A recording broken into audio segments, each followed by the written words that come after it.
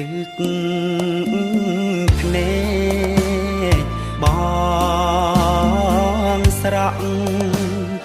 លឺមេកមេកថាមិននឺតស្នោះគួនប្រសា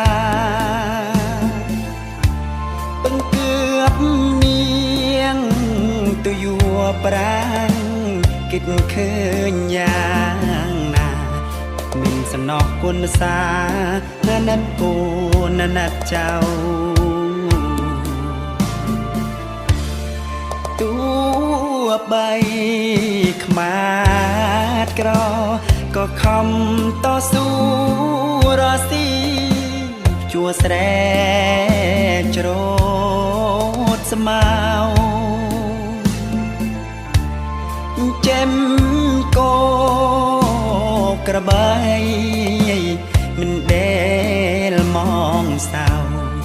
ចេមកូនចេមចៅមេដូចតែគេ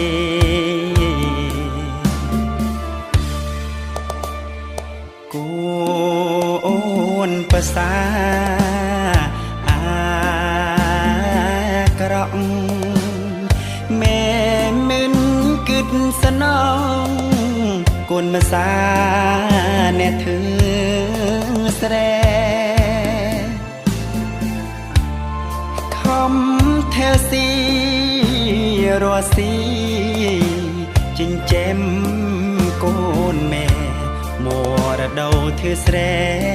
ប្រាក់ឈ្នួលកសាងស្រឡាញ់កូនប្រពន្ធខ្លាំងណាស់មេក្មេកធ្វើអូយបែកបាំងអើយប្រពន្ធទៅយូប្រាំងមេស្អប់កូនប្រសាយ៉ាងខ្លាំងប្រពន្ធយួប្តីប្រាំងខ្មាតនឹងនៅរណា